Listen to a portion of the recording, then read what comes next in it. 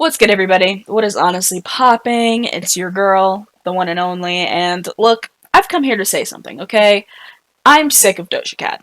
If you don't know, Doja Cat is a 27-year-old pop R&B rapper and singer who you probably know from bangers like Say So or Kiss Me More or honestly several others. She has had plenty of hits over her career. Let me start by saying this before anybody tries to come for me with receipts, okay? I did not always feel this way about Miss Cat, alrighty? Back when her last album came out, Planet Her, I was very much a listener. I was working at Jersey Mike's at the time. I had my white Mazda 3 hatchback. Do you know what I'm saying? Red leather seats and a sunroof. Perfect vehicle for a sexy little 22-year-old Jasmine to ride around the streets of Riverside and sing about the girl that I wanted that definitely had a lot of other things going on. Planet Her was the perfect album for that Jasmine to listen to and to feel seen, okay? Not to mention it was packed full of bangers, literally to the brim with bangers. I'm talking about Need to Know, okay? I'm talking about You Right, Love to Dream, Woman, etc., etc., etc. Truly a pop and R&B album for the girlies, and in my opinion, objectively very well made. Now, in Doja Cat's opinion, if you haven't heard, with the announcement of her new album coming out called, I think, Scarlet, or First of All, or Hellmouth, I don't know, anyway, Miss Cat Doja has completely denounced her last two albums entirely. She claimed that the sound she's had in her music so far has basically just been a product of the music industry and it hasn't represented her at all. And because of that, the new sound coming out on her next album is not going to be for the faint of heart. Actually, not only did she denounce these albums, she's also denounced everybody who's ever enjoyed listening to any of these albums. So that's me, that's you, that's everybody that we know. Do you know what I'm saying? Miss Cat has gotten pretty loud on Twitter and the Threads app recently, expressing her disdain for this music, saying in early May, Planet Her and Hot Pink were cash grabs, and y'all fell for it. Now I can go disappear somewhere and touch grass with my loved ones on an island while y'all weep for mediocre pop. So already off the bat, it's just like, what did we do to you, Doja Cat? And even if it's true that both of these albums are just cash grabs, it's like, so? Like, sorry to break it to you, Doja, but you actually did not invent creating music for the purposes of making money. That's, like, very, very not new.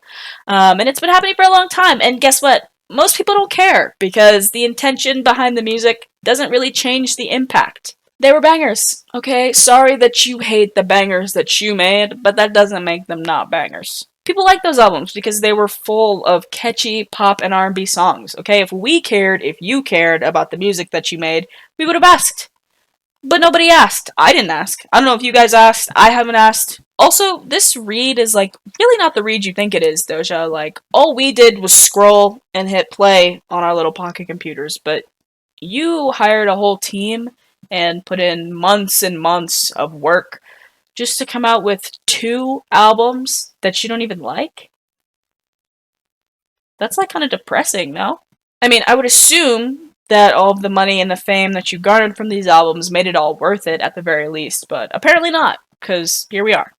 She did go on to say a bunch more stuff across both of these apps. Unfortunately, as usual, all these posts have since been deleted, so I could only find screenshots of some of the things that she said, but trust me, the disregard for her fans and their taste definitely did not end here.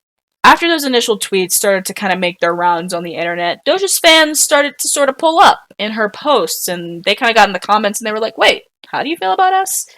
On Threads, Doja posted, my life, my rules, my style, my attitude.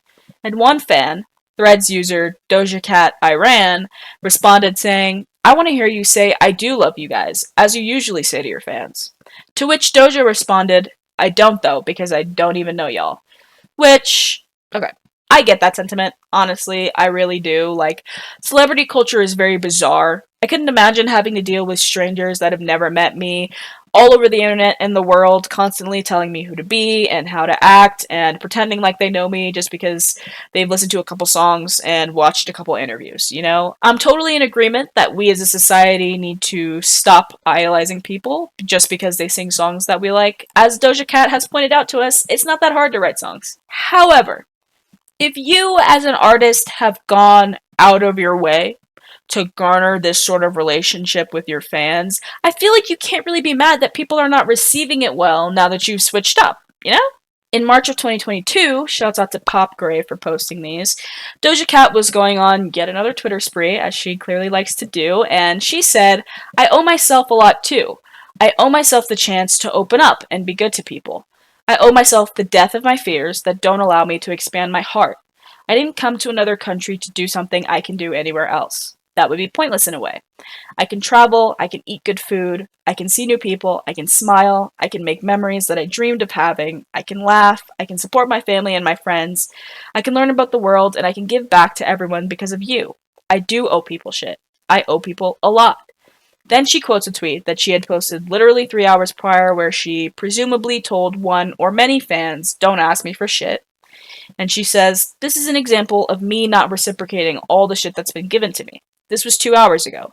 Don't forget it, but don't take it to heart, because it doesn't benefit you or anybody else. Please don't hesitate to ask me for shit, because I love you."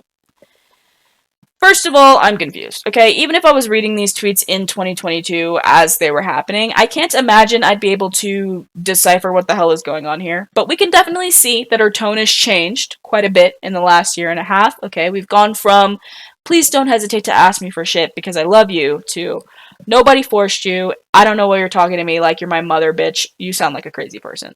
Again, I do think that fan culture is weird, but no matter how you spin it, having fans makes and keeps you famous. So I guess I just don't understand, like, the very intentional actions she seems to be taking to try to ruin that for herself. Unless that's exactly what this is. Doja Cat's talked pretty openly in the past about basically hating this job that she has as a musician and a celebrity on, you guessed it, Twitter. She tweeted this back in 2021 saying, "I'm just tired, and I don't want to do anything. I'm not happy, slanty face.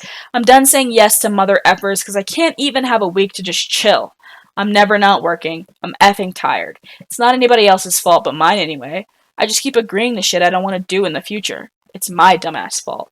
And then I'm too tired to put any effort into this shit because I'm so run down from everything else. I don't care anymore, man." So it seems pretty clear here that even when she posted this, which was about 2 years ago, back in October of 2021, a couple months after Planet Her dropped, she was tired. She was over it. She didn't have time to spend with her loved ones. She couldn't relax. She was finished, and I don't blame her. Do you know how much time I spend chilling? Do you know how not optional it is for me to be able to have alone time throughout the day and throughout the week? Do you know how crazy I would go if I didn't have that? I can't imagine having to just go and go and go and go every single day with no end in sight. Like, that sounds truly miserable. So me being someone who is like nothing if not independent, in my head I'm just like, okay, so why didn't you just stop? But then I remembered there's this thing called like contracts and record deals that happen a lot in Hollywood, and Doja Cat is not an artist that happens in somebody's bedroom. You know, she happens in an office and in boardrooms and executive suites by teams of very rich and very powerful people who want to make sure they see great return on their investment. So who's pulling the strings? That's right, baby. It always comes back to this guy right here. If you don't know who this is Dr. Luke. He is a songwriter, music producer, alleged sexual assaulter, who is most known for his work with artists like Katy Perry, Kesha, and others. And several alleged transgressions, but who cares? We don't worry about that. He co-wrote and produced many of the greatest pop hits of the 2000s, like Since You've Been Gone, California Girls, Girlfriend, Party in the USA. I mean, the list is truly endless. This man has contributed some great work to the music industry as a whole, but he is also pretty notorious for his very rigid and very hard to get out of record deals that he signs under his label, Kimosabi Records. Horrible name, by the way. You think you know where this one's going? Go on. If you're unfamiliar with Kesha's lawsuit against him, I'm not going to go super deep into it because really they went through a lot of legal back and forth and ultimately did settle, but Kesha sued him back in 2014 for sexual assault and battery, sexual harassment, gender violence, and a slew of other things, basically claiming that he had drugged and hurt her multiple times, as well as plenty of other accusations regarding his conduct over the 10 years that they worked together. Now, technically, these claims have all been rendered illegitimate in court. A judge dismissed her case in April of 2016, essentially stating that Kesha hadn't really provided adequate proof for what she claimed. Kesha went on to drop all of the charges a few months later. Now, technically, there is some speculation on whether or not the judge could have had outside motivations in her ruling. Her husband is a partner at the law firm that represents Sony RCA, which manages Dr. Luke's record label. But regardless, the suit was dropped, and Kesha was ultimately still held to her contractual obligations to release her following album with Kemosabe Records. So after years of Kesha pleading with the courts to simply release her from her contract with Dr. Luke, she was still held to that same contract and forced to release her following album with him. Guess where Doja Cat signed? What's up, everybody? It's Editor Jasmine here. Just wanted to stop in and clarify that while Dr. Luke was still the acting CEO of Kemosabe Records in 2014 when Doja Cat signed with him, he did officially step down from his position in 2017 and began producing under the pseudonym Made in China. So just wanted to clarify that he's not still the CEO of Kemosabe, although he did produce a bunch of tracks on Doja's first studio album in 2019, so I'm not really sure what role he's still playing in her career to this day, but he's definitely out of hand. So just wanted to clarify that.